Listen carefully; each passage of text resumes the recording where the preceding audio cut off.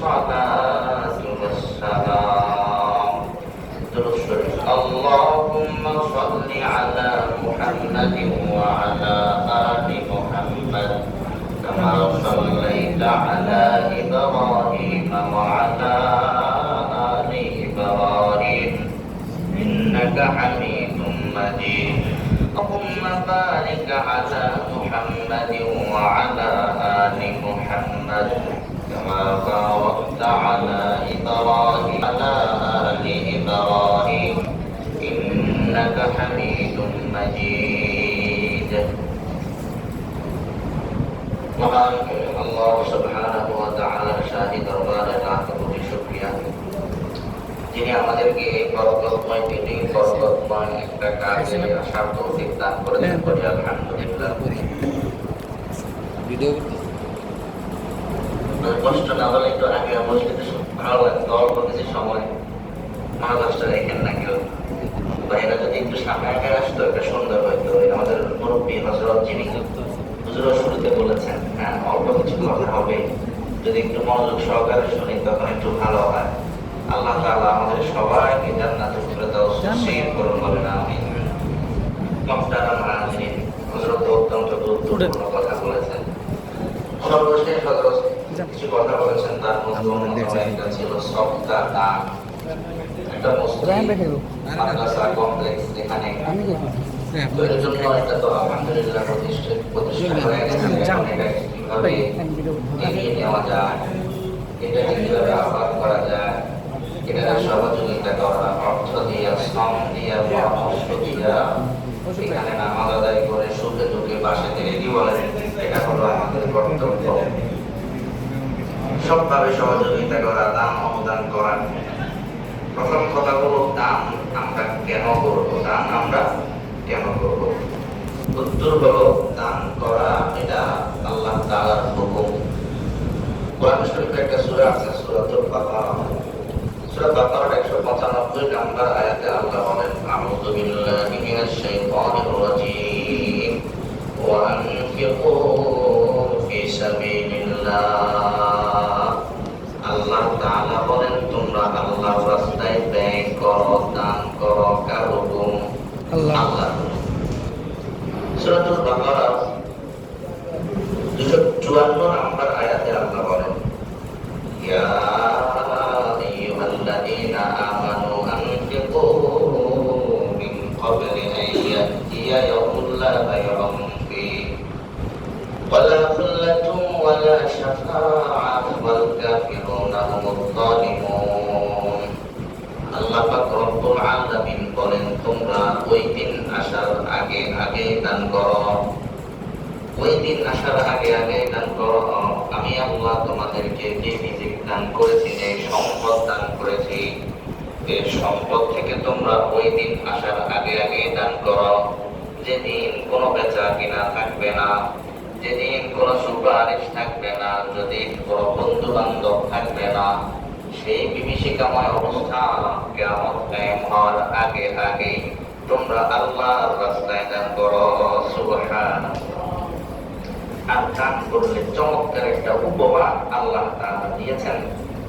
সূরা বাকারা আয়াত নাম্বার 261 আল্লাহ বলেন, মাসালুল লাযীনা ইউনফিকুনা আমওয়ালাহুম ফি সাবিলিল্লাহ কামাসালিল হাববাতিন আম্বাতাত সাবআ সানাবিলা ফি কুল্লি সুম্বুলাতিন মিআতু হাব্বা। আল্লাহ তাআলা বলেন, আল্লাহর রাস্তায় যারা দান করে তার দৃষ্টান্ত, তার উপমা হলো কামাসালিল হাববাতিন, একটা বীজের মতো। বীজ, একটা বীজ যখন আপনি মাটির নিচে আপনি রাখলেন, আম্বাতাত সাবআ সানাবিলা, ওই একটা বীজ 7টা শীষ উৎপন্ন করলো।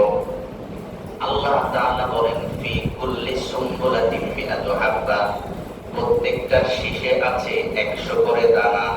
তাহলে একটা বীজ আপনি মাটির নিচে রাখলেন, ওই বীজ থেকে 7টা শীষ গজাইলো, প্রত্যেকটা শীষে কয়শো করে দানা?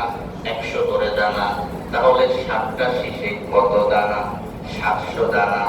আল্লাহু আকবার। আল্লাহ তাআলা দৃষ্টান্ত দিয়ে বুঝায়া দেয় দানের বিষয়টা হলো এমন, দিবা 1, দিবা 1 টাকা, দিবা 1টা, আল্লাহ তাআলা বাড়াইতে বাড়াইতে 700 গুণ পর্যন্ত বাড়াইয়া দেয়। সুবহানাল্লাহ বলে। আমার কষ্ট লাগে আসলে। আল্লাহু ইউদাইফু লিমান ইয়াশা, শুধু 700 নয়, আল্লাহ যারে দান তারে আরো বাড়াইয়া দেয়। সুবহানাল্লাহ বলে। দান করতে হবে উত্তম জিনিস থেকে। সূরা বাকারা 267 নাম্বার আয়াত, আল্লাহ বলেন, ইয়া আইয়ুহাল্লাযীনা আমানু আনফিকু মিন তাইয়্যিবাতি মা কাসাবতুম। আল্লাহ বলেন, তোমরা দান করো তোমাদের উপার্জিত উত্তম জিনিস থেকে তোমরা কি করো? দান করো। সূরা বাকারা 274 নাম্বার আয়াত, আল্লাহ বলেন, الذين ينفقون أموالهم بالليل والنهار سرا وعلانية فلهم أجرهم عند ربهم ولا خوف عليهم ولا هم يحزنون। আল্লাহ পাক রব্বুল আলামিন বলেন, যারা রাতে দান করে, দিনেও দান করে, সদা সর্বদা দান করে, গোপনেও দান করে, প্রকাশ্যেও দান করে, সব অবস্থায় তারা দান করে, গোপনেও দান করে, প্রকাশ্যেও দান করে, আল্লাহর কাছে তাদের জন্য প্রতিদান মহা পুরস্কারের ব্যবস্থা আছে। তাদের কোনো টেনশন নাই, তাদের কোনো চিন্তা নাই। দুনিয়ার রেখে যাওয়া জিন্দেগির জন্য পেরেশানি থাকবে না, পরকালে হাসরের ময়দানেও তাদের কোনো চিন্তা থাকবে না। সুবহানাল্লাহ। কি বলেন? এই জন্য দানের আমল, সদকার আমল করার দরকার আছে না নাই বলেন? বুখারী শরীফ হাদিসের কিতাব, বুখারী শরীফের 7512 নম্বর হাদিস, عن عدي بن حاتم رضي الله تعالى عنه قال নবী সাহাবী আদি ইবনে হাতিম রাদিয়াল্লাহু তাআলা আনহু থেকে বর্ণিত, তিনি বলেন, قال سيدنا رسول الله صلى الله عليه وسلم, আল্লাহর নবী সাল্লাল্লাহু আলাইহি ওয়াসাল্লাম বলেন, মা মিনকুম আহাদুন ইল্লা সায়ুকাল্লিমুহু রাব্বুহু লাইসা বাইনাহু ওয়া বাইনাহু তুরজুমান। আল্লাহর নবী বলেন, তোমাদের প্রত্যেকের সঙ্গে আল্লাহ তাআলা কথা বলবেন, বান্দার সঙ্গে আল্লাহ তাআলা কথা বলবেন, লাইসা বাইনাহু ওয়া বাইনাহু তুরজুমান, আল্লাহর মাঝে এবং বান্দার মাঝে কোনো দোভাষী থাকবে না। বিদেশি কোনো মানুষ আসছে, সৌদি আরবের কোনো মানুষ বাংলাদেশে আসছে, আপনি দেখবেন দাওয়াত ও তাবলীগের আমল যারা করে, দাওয়াত ও তাবলীগের উসিলায় দেখেছেন বিভিন্ন সৌদি আরব থেকে তাবলীগ জামাতের লোক আসছে, বিভিন্ন দেশ থেকে আসছে। কথা আমরা বাংলাদেশের মানুষ বুঝতে পারি না, একজন তর্জমাকারী থাকে, থাকে না, তর্জমাকারী তর্জমা করে দেয়। কিন্তু আল্লাহ তাআলার সঙ্গে বান্দার সঙ্গে যখন কথা হবে, তখন কোনো দোবাজি থাকবে না, বান্দা তখন আল্লাহর কথা বুঝতে পারবে। আল্লাহর নবী বলেন, ফায়ানজুরু আইমানা মিনহু ফালা ইয়ারা ইল্লা মা কদ্দামা মিন আমালিহি, বান্দা যখন ডান দিকে তাকাবে, দুনিয়ায় যে আমলগুলো করছে, যে আমলগুলো পাঠাইছে, এগুলা সে দেখতে পাবে। ওয়ায়ানজুরু আশআমা মিনহু ফালা ইয়ারা ইল্লা মা কদ্দামা, বাম দিকে তাকাবে বান্দা, বাম দিকে তাকাইয়া সেখানেও দুনিয়ার আমলগুলা দেখতে পাবে। দুনিয়ায় ভালো করছে সেটাও দেখতে পাবে, দুনিয়ায় খারাপ করছে সেটাও দেখতে পাবে। এরপরে আল্লাহ নবী বলেন, ফায়ানজুরু বাইনা ইয়াদাইহি, যখন সে সামনে তাকাবে, সামনে তাকায়া দেখতে পাবে, কি সে দেখতে পাবে? ইল্লান নারা তিলকা ওয়াজহি, সে তার চেহারার সামনে জাহান্নামের আগুন দেখতে পাবে। জাহান্নামের আগুন দাও দাও করে তার সামনে জ্বলতেছে। আল্লাহ নবী সাল্লাল্লাহু আলাইহি ওয়াসাল্লাম বলেন, তোমরা এই জাহান্নামের আগুন থেকে বাঁচতে হবে, ওয়ালাউ বিশিক্কি তামারাতিন, তোমরা জাহান্নামের আগুন থেকে বাঁচো, যদিও এক টুকরা খেজুর দান করো, এক টুকরা খেজুর দান করে হলেও তোমরা জাহান্নামের আগুন থেকে বাঁচো। আল্লাহ আমাদের সবাইকে জাহান্নামের আগুন থেকে বাঁচার তৌফিক দান করো, বলেন আমিন। তাহলে দানের কি গুরুত্ব, জিনিসটা বোঝাচ্ছি যে এক টুকরা খেজুর দিয়ে হলেও জাহান্নামের আগুন থেকে তোমরা বাঁচো। এবার কয়েকটা ফজিলত বলে শেষ করে দিচ্ছি। সহিহুল জামি' এই কিতাবের 3766 নাম্বার হাদিস। قال سيدنا رسول الله صلى الله عليه وسلم আল্লাহর নবী সাল্লাল্লাহু আলাইহি ওয়াসাল্লাম বলেন, সিলাতুর রহিমি তাজিদু ফিল উমর ওয়া সাদাকাতুস সিররি তুতফিউ গাদাবাল্লাহ। আল্লাহর নবী বলেন, আত্মীয়তার সম্পর্ক বজায় রাখা, আত্মীয় স্বজনদের খোঁজ খবর রাখা, আত্মীয় স্বজনদের সাথে ভালো ব্যবহার করা, এক কথায় সিলাহে রহমিতে করে, এর মাধ্যমে আল্লাহ তাআলা তার হায়াতের মধ্যে বরকত দিয়ে দেন। সুবহানাল্লাহ। আত্মীয়তার সম্পর্ক বজায় রাখা, আত্মীয়দের সাথে ভালো ব্যবহার করা, খোঁজ খবর নেওয়া, এর মাধ্যমে হায়াতে কি হয়? বরকত হয়। আল্লাহ হায়াত বাড়ায় দেয়, মানে হায়াতে আল্লাহ তাআলা বরকত দিয়ে দেন। এরপরে আল্লাহর নবী বলেন, ওয়া সাদাকাতুস সিররি তুতফিউ গাদাবাল্লাহ। গোপন দান আল্লাহর গোসাকে নিভিয়ে দেয়। আপনি গোপনে দান করেন, আল্লাহ তাআলা কিয়ামতের ময়দানে যখন রাগান্বিত হবেন, আল্লাহ তাআলা তখন যে আপনি দান করছেন শিলায় আল্লাহ আপনার উপর রাগান্বিত হবে না, নারাজ হবে না, খুশি হয়ে যাবে। সুবহানাল্লাহ। অন্য হাদিসে আসছে, তিরমিজি শরীফ হাদিসের কিতাব, তিরমিজি শরীফের 2616 নাম্বার হাদিস।